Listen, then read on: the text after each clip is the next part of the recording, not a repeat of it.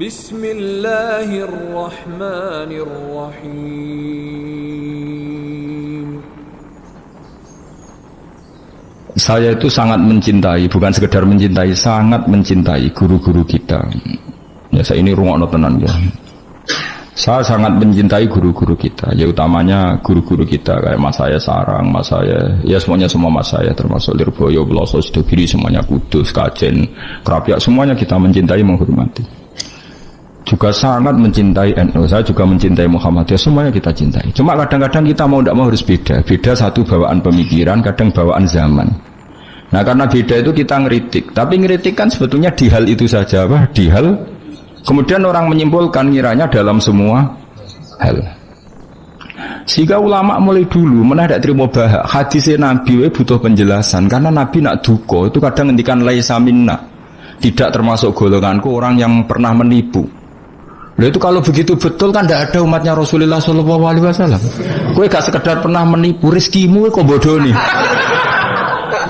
Orang terima sekedar pernah, rezekimu kok bodoh nih. Kowe iku laisa minnane entek ngamek. Tapi zaman itu ulama sudah mentakwil laisa minna min fitil kal khoslah di sisi itu. Apa? Di sisi itu. Misalnya kita beda dengan Wahabi, saya sering kritik Wahabi, tapi dalam hal yang saya kritik saja, dalam hal yang lain kita setuju. Misalnya tradisi mereka menghormati sahabat, kita setuju. Tradisi mereka merumah Masjid Haram, kita setuju. Tradisi mereka menghafal Quran, kita setuju. Tapi ada tradisi yang kita tidak setuju. Misalnya mereka sering nggak pati hormat sama ma'asirun nubuwah, tempat-tempat bersejarah. Jadi jangan kira kita, jadi kalau kita ngeritik ya di hal yang kita kritik saja. Itu pun karena kadang bawaan zaman, bawaan versi, bawaan tradisi. Terus kamu simpulkan, misalnya kamu simpulkan, sebab benci Wahabi ya tidak juga dalam hal yang kita tidak cocok. Yang kita cocok ya cocok kayak tadi misalnya Sayyid Muhammad itu kalau ngarang kitab, meskipun beliau beda dengan Wahabi, kalau muji ya biasa dalam hal yang sama, apa dalam hal yang sama karena mereka bermakna. Ya misalnya nyuwun sewu, misalnya pengajian umum, saya juga suka dari segi syiar, dari segi apa? Syiar. Tapi ada hal-hal yang memaksakan, itu mesti saya kritik. Wong karwan kiai cilik ning desa kok pengajian akbar. Akhirnya panitiane door to door 2 wulan sedurunge pengajian. Angger wong ditari. Tapi kalau sudah levelnya memang pondok besar, buatnya besar, keuangannya besar, itu kan memang enggak berat. Tapi kalau yang desa-desa pengajian gede, 2 wulan atau 3 wulan oleh door to door itu. Nganti agar wong dijalukin apa? Sebab. Padahal kampung situ enggak butuh pengajian besar karena wong butuhe cek mabadi fikih. Lalu apa ngundang kiai level apa? Nasional. Tapi karena panitianya yang angkuh. Nah seperti ini harus dikritik, tapi bukan berarti kita membenci karena ya ada sisi baiknya, misalnya nah nyimpulkan resikonya gitu. Misalnya ada orang alim soleh ketemu wong ayu di jalan tanya, saking pundi mbak, saking beriki. Sebetulnya ini murni hakul jar karena tetangganya dia takok.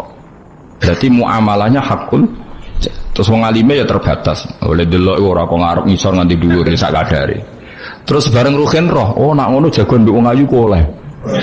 Wong aku tahu ketemu wong alim ya jagongan mbek wong ayu. Lah itu jenenge kesimpulan. Kan terus sakarepe dhewe jenenge nyimpulno iku sakarepe.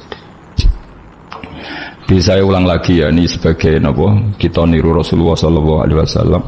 Wong mukmin kabeh kudu salimus sadri, napa salimus terus selamat dadan. Kula hormat sama semua orang se-Indonesia yang memberi kontribusi pada agama ini, saya hormat.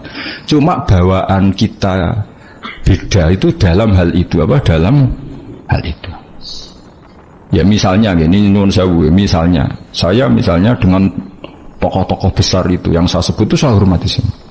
Dengan tokoh yang kita mungkin cara zahir beda kita hormat. Cuma mau tidak mau memang kita kadang ngeritik, tapi itu bukan bawaan kebencian, bawaan tadi kondisi, napa? Misalnya gini nyuwun sewu ya. Saya tetap menghormati semua siapa saja memberi kontribusi pada agama ini. Baik yang terkenal maupun tidak, yang tersembunyikan namanya maupun tidak. Saya sampai sekarang masih punya adat sowan kiai-kiai yang enggak terkenal tapi memberi kontribusi pada agama ini. Saya hormat. Tapi yang tidak terkenal juga punya sisi negatif sebetulnya. Karena orang enggak bisa mengakses karena enggak Yang terkenal punya sisi positif yaitu syiar. Tapi resikonya biasanya terkontinu, terrutinkan hanya ngomong-ngomong ketika ada acara besar. Tapi hariannya kurang bagus biasanya karena fokus apa? Ya fokus kebesaran tadi. Kalau yang kecil biasanya hariannya bagus, bikin madrasah, bikin dinia, tapi nggak mudah diakses karena nggak terkenal. Yaitu bawaan manusia plus Sallallahu Alaihi Wasallam, didikan Kanjeng Nabi. Saya hormat sama tokoh saya termasuk tokoh negara. Saya hormat siapa saja karena tetap menjaga kestabilan menjaga apa? Meskipun dalam banyak hal kita beda. Ya kadang beda itu kadang kita ngeritik. Itu bawaan ulama dulu Zakaria Al-Ansori itu ya ora cocok ke Imam Suyuti. Imam Suyuti ora cocok ke Imam Sakhawi. Nek ketemu mbok takok bor. Ya ulama dulu biasa satu kurun itu saling enggak bertanya karena fokus ke dunia masing-masing. Misalnya tradisi kita kalau ngaji Quran itu ya yang ditanyakan sanadnya dulu. Tradisi mereka tajwidnya dulu misalnya, atau tradisi mereka itu makna dulu. Kita tidak tahu. Misalnya tradisi di India. Tradisi di India itu anak kecil itu kalau ngaji bersamaan dengan maknanya. Meskipun kecil. Dalam sisi itu bagus India. Tapi Indonesia enggak. Indonesia lebih suka makhrajnya dulu. Yang tentang fikihnya ada paket lain, ada paket. Terus kalau tradisi keluarga saya, meskipun keluarga Quran itu anak kecil ya enggak disuruh ngapalkan Quran. Bapak saya enggak pernah nyuruh saya ngapalkan Quran, tapi setelah bisa baca kitab ya baru disuruh ngapalkan. Ada yang enggak, yang ngapalkan dulu biar apa? Otaknya masih jernih katanya. Ya macam-macam, semuanya baik. Dan kita saling ngeritik. Ngeritik karena tadi nak cacili langsung ngapal lo, kadang najis gak roh sopan santun. Yang fatalnya lagi kadang akidah Ahlussunnah wal Jamaah gak ngerti. Jadi ada lucu kan akhirnya hafal Quran tapi akidahnya tidak Ahlussunnah karena gak pernah dikenalkan Ahlussunnah. Tapi sisi baiknya karena masih kecil gampang apa? Hafal, kemudian orang tuanya niat benain akidah Ahlussunnah. Ada yang sebaliknya dibelajarkan Ahlussunnah dulu baru ngapalkan. Mungkin sisi negatifnya mungkin deh. Nak isu teke tuwek-tuwek ngene iki kan. Kowe gelem mesti ngapal Quran setor wae. Nak rawat ini diakhiri wal asri. Amma yatasaalun anin nahfil azim buah apa. Innalil muttaqin. Kuwi sering nampa setoran wong tuwek-tuwek lucu-lucu. Wong tuwek-tuwek sing ben mati husnul khotimah kadang Gus kula wis tuwek tapi ben setor Quran mbek jenengan. Tahu tak turuti. Rata-rata rong juz wis nyerah. Dereng enten sing langkai 2 juz, kadang nyerah wis setruk, kadang yang mati macam-macam lah. Apa ya teke wong tuwek iku beda ya. Padahal maca. Tapi saking gelam jare piye. Dadine lafate ku aneh. Mau menarik moco fam bajasat fancur bulan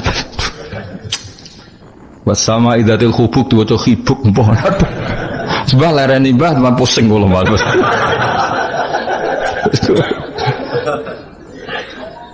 Jadi dua khayal dewi apa? Ya seorang lagi ya kita tetap tiru keinginan Rasulullah Sallallahu Alaihi Wasallam. Wong mukmin ku salimus sadri, apa? Salimus sadri. Sehingga niki tenan kula maklumatkan. Kula niku hormat. Siapa saja yang memberi kontribusi pada agama ini saya hormat. Tapi kalau ngeritik bukan berarti kebencian karena tadi ada sisi yang kita harus ngomong untuk menjaga kestabilan jalannya hadis syariah. Misalnya saya dengan Pak Yusuf Mansur hormat. Saya dengan siapa saja dengan Ustadz Abdul Somad, dengan UAS, saya hormat. Tapi ada sisi yang kita harus ngomong karena banyak ustadz yang nggak terkenal tapi juga ikut memberi kontribusi agama ini. Makanya saya mengikuti yang tidak terkenal ini tak hormati. Tapi semuanya kita hormati dari segi syiar memberi kontribusi. Kalau yang sedang tidak cocok ya dalam hal itu saja. Fitilkal khoslah. Ingat-ingat apa? Fitilkal khoslah. Tapi jangan semuanya enggak. Kita semua dididik Rasulullah salimus sadri apa? Salimus sadri. Begitu juga saya dulu dengan siapa saja. Asal tadi semuanya itu demi niru Rasulullah Sallallahu Alaihi Wasallam salimus sadri. Napa? Salimus sadri. Fal mukmin salimus sadri. Kita dalam hal misalnya masyarakat senang saya berlebihan. Misalnya orang Jawa Timur saya suka. Dari segi senengnya Kiai. Tapi saya juga sering kritik orang Jawa Timur. Meskipun yang seneng saya loh. Ojo berlebihan. Karena kalau berlebihan seneng Kiai terus sering sowan. Kadang anggaran gue belanja tigo sowan. Sebenarnya saya bukan ngeritik sowannya. Setiap anggaran belanja disalamno template itu terus aku hukumnya aku piye. Nah, kadang ini tak takoi kan sowan aku rombongan bis tak takoi. Lho lari-lari mboten sekolah, mboten napa-napa Gus, yang penting sowan Kiai. Lah bocah kok diajari. Lah ngono iku rombongane kadang 3 dino, berarti ya borote, Bro. 3 dino.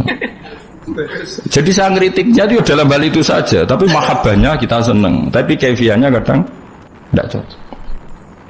Ini perlu dicatat. Jadi hanya seperti itu. Kalau panjenengan ini seneng ngaji ya seneng, tapi tetap sama tak kritik.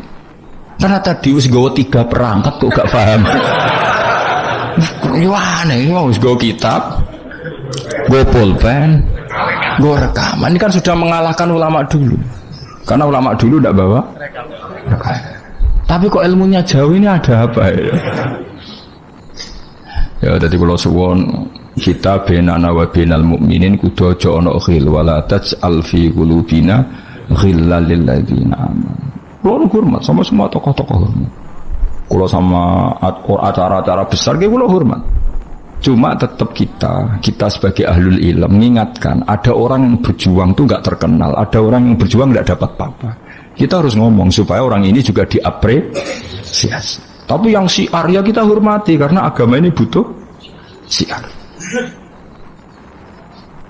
Misalnya sama tokoh-tokoh DPR itu ya akrab. Ya banyak yang saya sering ketemu saya ngaji. Tapi dalam hal yang kita tidak cocok yang ngeritik. Mereka mungkin yang ngeritik kita nggak apa-apa tapi hormat. Jadi eling-eling ya. Ini dawuh saya Imam Saroni. Saya nerangkan dalam konteks ilmu. Ini dawuh Imam Saroni. Kalau Nabi ngendikan laisa minna efitilkal khoslah. Bukan berarti dia menjadi murtad karena laisa. Kalau makna sebenarnya kan laisa minna orang itu menjadi murtad. Orang termasuk golonganku wong sing tahu bodoh nih. Mau sekedar pernah itu tidak termasuk golonganku. Lah nek iku tenan maknane hakikat sing umat Nabi sapa? Semuanya pernah bodoh nih Pak sering? Sering. Kadang rezekinya ya dari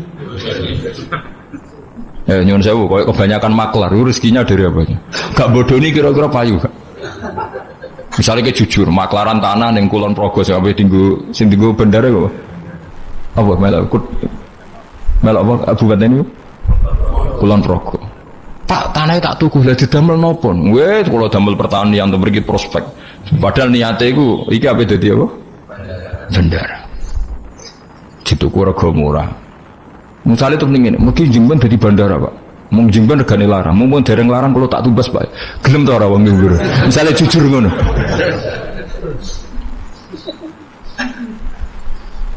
Sale ana wong sponsor umroh. Ayo umroh ning Rasulullah. Ben aku sugih, mergo nek ana umroh aku sugih. Gak payu umroh. Tapi nek muni ngene, wong kudu kangen Nabi, kangen Ka'bah. Wong ora kangen Nabi Ka'bah. Carane kangen yo umroh. Mandidi, sing jujur mbek sing rapati jujur. Gak jawab bae kira-kira wae. Mandidi.